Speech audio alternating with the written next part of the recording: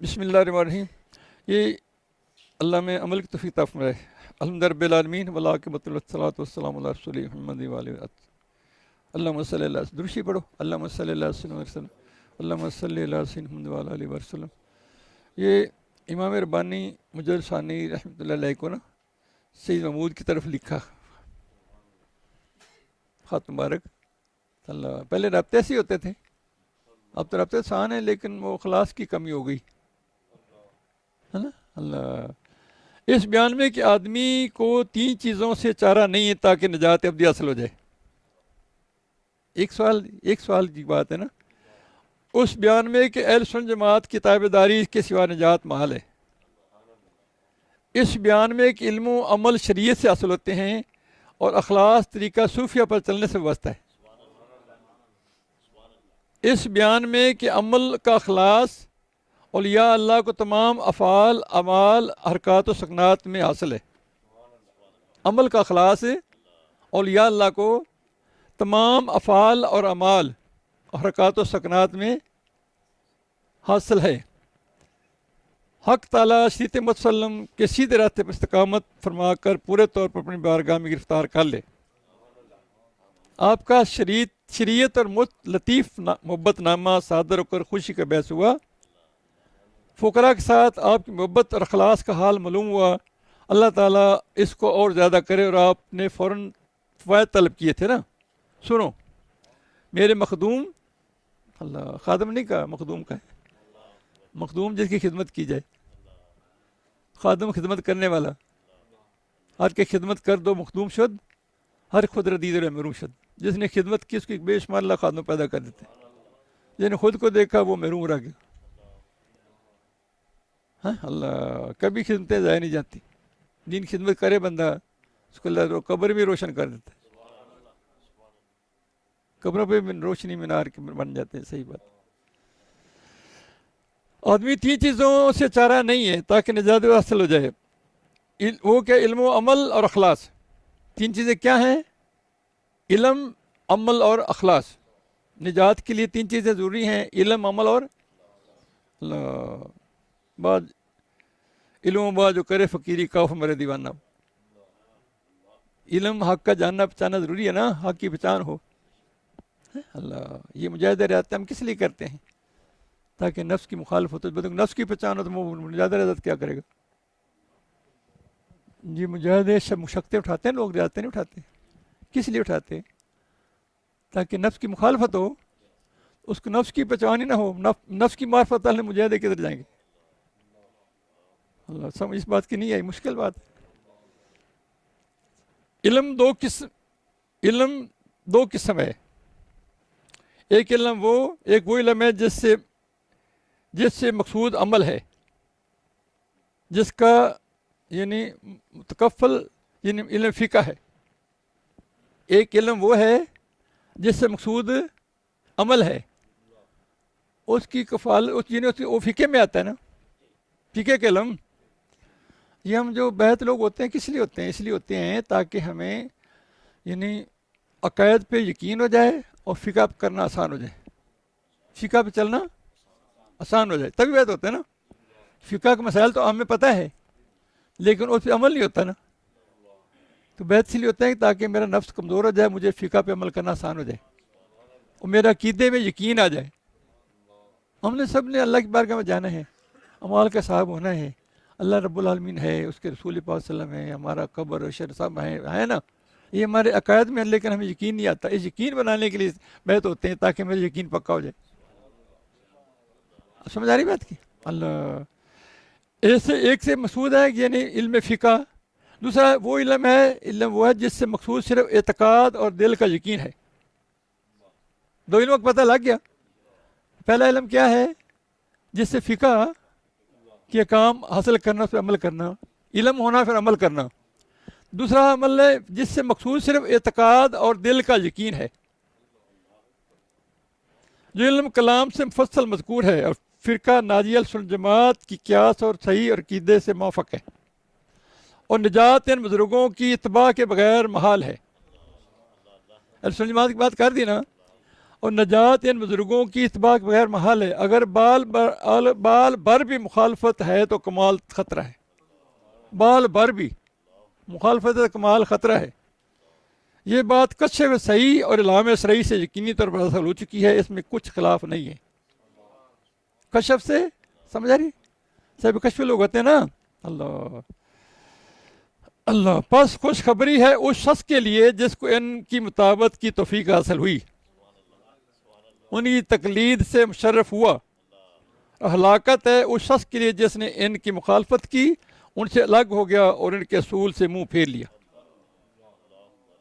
اب بتاؤ کب لکھ گئے، کب کی بات یہ؟ جو ان کے موافق ہو گیا وہ نجات پا گئے، مخالف ہو گیا وہ ہلاک ہو گیا. اور ان کے گروہ سے نکل گیا، گروہ سے نکل گیا. اللہ.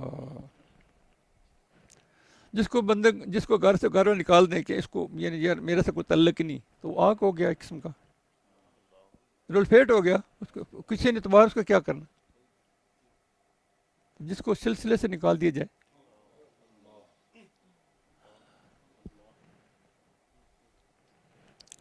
پس وہ خود بھی گمراہ ہوا اور ان سے الگ ہو گیا اور ان کے اصول سے منہ پھیرا اور ان کے گروہ سے نکل گیا. پس وہ خود بھی گمراہ ہوا اور اس نے دوسروں کو بھی گمراہ کیا. پس ریت اور شفاعت کا منکر ہوا اور صحبت کی فضیلت اور صحابہ کی بزرگی اس سے مغفر ہے. ہاں سمجھا نہیں؟ اللہ. صحبت کی فضیلت کتنی ہے دیکھو. اور ایسے کرنے کتنے بڑے یعنی تابعی ہیں، عاشق رسول شمار ہوتے ہیں لیکن صحابی نہیں بنے، صحبت میں نہیں بیٹھ سکے. اللہ. اہل بیت رسول پاک صلی اللہ علیہ وسلم اور اولاد بطول رضی اللہ عنہ کی محبت سے محروم رہا ہے نا، اور اس بڑی نیکی سے رک گیا جو اہل سنت جماعت نے حاصل کی ہے. ایسا ہی سمجھ آ رہی؟ تمام صحابہ کرام رضی اللہ اجمعین کا اس بات پر اتفاق ہے کہ ان میں سے افضل حضرت ابوبکر صدیق کے رضی اللہ عنہ. سو گیا. تمام صحابہ کرام رضی اللہ اجمعین کے اس بات پر اتفاق ہے کہ ان میں سے افضل حضرت ابوبکر صدیق رضی اللہ عنہ. امام شافعی رحمۃ اللہ علیہ جو صحاب کے حالات سے بخوبی واقف ہیں، اور سنو ذرا، انہوں نے فرمایا کہ صلی اللہ علیہ وسلم کے بعد لوگ بہت بے قرار ہو گئے. بس ان کو حضرت صدیق اکبر سے بہتر کوئی شخص آسمان کے سایہ تلے نہ ملا. بس اب سن لی. رسول پاک صلی اللہ علیہ وسلم کے بعد امام شافعی نے فرمایا جو اصحاب کے حالات سے بخوبی واقف ہیں، انہوں نے فرمایا کہ رسول پاک صلی اللہ علیہ وسلم کے بعد لوگ بے قرار ہو گئے، بس ان کو حضرت ابوبکر صدیق رضی اللہ عنہ سے بہتر کوئی شخص آسمان کے تلے سایہ تلے نہ ملا، بس انہوں نے ان کو اپنا والی بنا لیا. یہ صریح دلالت ہے اس بات پہ ہے کہ تمام صحابہ حضور صدیق کے افضل ہونے میں متفق ہیں. ان کے افضل ہونے میں یہ اجماع صد اول میں ہوا اور یہ اجماع قطعی ہے جس میں انکار کو دخل نہیں ہے. اور اہل بیت رسول پاک صلی اللہ علیہ وسلم کی مثال کشتی نوح علیہ السلام کی طرح ہے. جو اس پر سوار ہوا وہ بچ گیا، جو اس سے پیچھے رہ ہٹا وہ ہلاک ہو گیا. یہ بڑی بات ہے، انہوں نے بڑی محبت سے باتیں کھولی ہے. بعض عارفوں نے فرمایا کہ رسول پاک صلی اللہ علیہ وسلم نے صحاب کو ستاروں کی مانند فرمایا ہے. رسول پاک نے اصحاب کو ستاروں میں فرمایا نا، یعنی ستاروں کی مانند ہیں جس کی اطاعت کرو گے نجات پاؤ گے. اہل بیت کو کشتی نوح کی طرح ہے نا. اس میں اشارہ ہے کہ کشتی کے سوار کے لیے ستاروں کو مد نظر رکھنا ضروری ہے تاکہ وہ ہلاک ہونے سے بچ جائیں، اور ستاروں کی رعایت کے بغیر نجات بالکل محال ہے. روشنی کی بات آ گئی نا، ستارے روشنی کرتے نا، پھر دیکھ بھال کے چڑھ جائے گا کشتی میں بیٹھ جائے گا، پھر نجات ہو جانی. اہل بیت کی محبت بغیر کیسے کام بنے گا؟ محبت تو کرنی پڑے گی، بہت زیادہ کرنی بلکہ، ہے نا، انشاءاللہ. ہاں اللہ. اس طرح اور اس بات کو بھی اچھی طرح معلوم کریں کہ بعد کا انکار سب کا انکار، کیونکہ حضرت خیر البشر کی صحبت کی فضیلت میں سب صحابہ مشترک ہیں، یعنی کسی صحابی کا انکار نہیں کرنا، یہ بات سمجھا رہے ہیں نا. فضیلت اور صحبت کی فضیلت تمام فضیلتوں اور کمالوں سے بڑھ کر ہے. آپ سمجھ آئیں کہ صحبت کی فضیلت، جو صحبت کی فضیلت بہت زیادہ ہے نا، مریدوں کے لیے بھی زیادہ ہے. جو روبرو مل کے بیٹھ کے بات کرنی عورت تھی. اللہ اللہ، یہی وجہ ہے کہ اب ایسے کرنی جو تمام تابعین میں سے اچھا ہے، ایک ادنا صحابی کے درجے کو نہیں پہنچا. پر صحبت کی فضیلت کے برابر کوئی چیز نہیں ہے، اور نہ ہی ہوگی، نہ ہے نہ ہوگی، کیونکہ ان کا ایمان صحبت اور نزول وحی کی برکت سے شہودی ہو گیا تھا. ان کا ایمان کیا ہو گیا تھا؟ صحبت اور نزول وحی کی برکت سے شہودی ہو گیا تھا، یعنی اور صحابہ کے بعد کسی کو اس درجہ کا ایمان نصیب نہیں ہوا. اعمال ایمان پر مترتب ہوتے ہیں. سن لے، بڑی بڑی بات ہے. ایمان اعمال پر مترتب ہوتے ہیں. ایمان ہوگا تو اعمال بنے گے نا، وضو ہوگا تو نماز ہوگی نا.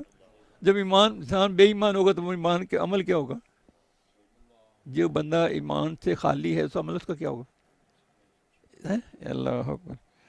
اور کمال ایمان کے کمال کی موافقت حاصل ہوتا ہے. جتنا کمال ایمان اتنا ہی کمال حاصل ہوتا ہے. چلو اللہ محنت سمجھ نصیب میں. اللہ اکبر، اللہ اکبر.